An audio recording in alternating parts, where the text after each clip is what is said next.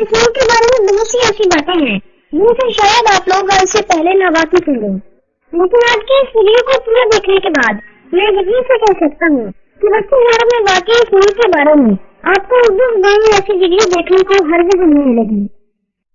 دوستوں، سربیا کے بارے میں کہا جاتا ہے کہ چوتھی صدی قبل مسیح میں یونان سے ایرین، کریشین اور روشین قبیلے کے لوگوں نے یہاں آ کر آباد کاری کی۔ پھر یہاں رومیوں کا دور دورہ قائم ہوا اور رومی سلطنت نے یہاں اپنا خاص مقام بنایا۔ یہاں رومیوں کا خاتمہ رومیوں سے جنگ لینے والی بازنطینی سلطنت نے کیا اور یہاں بازنطینی سلطنت کا عروج قائم ہوا۔ چھٹی صدی عیسوی میں یہ علاقہ بیکی کے نام سے مشہور ہو گیا۔ بیکی کا مطلب وائٹ سربس ہوتا ہے۔ اس زمانے میں بیکی ترکی کے مخالف سمت والے علاقے کو کہا جاتا ہے۔ ترکی کے مخالف سمت میں ہنگری بھی آتا ہے اور شاید یہ اصطلاح ہنگری کے لیے استعمال کی جاتی رہی ہے۔ 7ویں صدی کے آغاز میں یہاں پرنسپیلٹی آف سربیا کا قیام عمل میں آیا۔ آج کے سربیا، البانیہ، کوسوو، بوسنیا، مونٹینیگرو اور کروشیا اسی پرنسپیلٹی کا حصہ بنے۔ 1969 عیسوی میں ڈین زنسکی نے بازنطینی سلطنت کے صوبے کیٹے پینیٹے میں سربیا کے اس علاقے کو شامل کر لیا اور اپنی فوجوں کے ذریعے یہاں کا مکمل کنٹرول سنبھال لیا، مگر یہ قبضہ صرف 7 سال میں قائم رہ سکا۔ 1991 عیسوی میں یہاں گرینڈ پرنسپیلٹی آف سربیا کا قیام عمل میں لایا گیا۔ اس ریاست میں سابقہ بتائے گئے ممالک میں صرف ایک مقدونیہ کا اضافہ کیا گیا۔ 1217 عیسوی میں بلغاریہ کے اضافے کے ساتھ اس ریاست کا نام کنگڈم آف سربیا رکھ دیا گیا۔ 1346 عیسوی میں سلطنت سربیا کا ڈھول بجنے لگا۔ سربیا کے حکمرانوں کی خواہشات مزید ممالک کو اپنے ساتھ ملا کر اسے دنیا کی طاقتور سلطنت بنانا تھی، مگر یہ ناممکن ہوا اور سلطنت سربیا کا خاتمہ 1371 کے کسی روز ہوا۔ پھر سربیا کی کئی ایک مزید ریاستیں یہاں قائم ہوئی اور ختم ہو گئی، مگر اس علاقے نے عالمی دنیا کی نگاہیں اس وقت اپنی جانب مبذول کروائی جب ایک طرف عثمانی، دوسری طرف ہنگیرین اور تیسری جانب بازنطینی سلطنت کے فاتح ہونے کا دعویٰ کرتے رہے۔ 1459 میں عثمانیوں کی جانب سے سربیا کے کافی علاقے میں قبضہ کر لیا گیا۔ عثمانیوں کا اس ملک پر قبضہ تقریباً 4 صدیاں رہا۔ اسی عرصے کے دوران اسلام نے اس خطے میں اپنا اثر و رسوخ دکھایا۔ جاگ در جاگ قبیلے مسلمانوں کے حسن و سلوک سے متاثر ہو کر دائرہ اسلام میں داخل ہونے لگے۔ 1459 عیسوی سے 1804 عیسوی تک سربیا ترکوں کے قبضے میں رہا اور وہاں سلطنت عثمانیہ کا جھنڈا لہراتا رہا۔ 1804 میں یہاں انقلابی سربیا نے جنم لیا۔ اس انقلاب میں روس نے سربیا کا ساتھ دیا اور 11 سالہ جدوجہد کے بعد اس دھرتی سے پرنسپیلٹی آف سربیا کا قیام عمل میں لایا گیا۔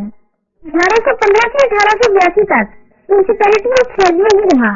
اسی دوران عالمی طاقتوں کی جانب سے اس مملکت کی آزادی کو تسلیم کر لیا گیا، جبکہ یہ کئی ایک ممالک کے اتحاد سے وجود میں لائی گئی ایک سلطنت تھی جس کا 1882 میں نام کنگڈم آف سربیا رکھ دیا گیا۔ پہلی جنگ کے خاتمے کے بعد مزید ریاستوں کے ساتھ مل جانے سے نیا نام کنگڈم آف یوگوسلاویا رکھا گیا۔ یوگوسلاویا کی ان 6 ریاستوں کا اتحاد روس کے ٹوٹنے کے بعد 1992 میں بکھر گیا۔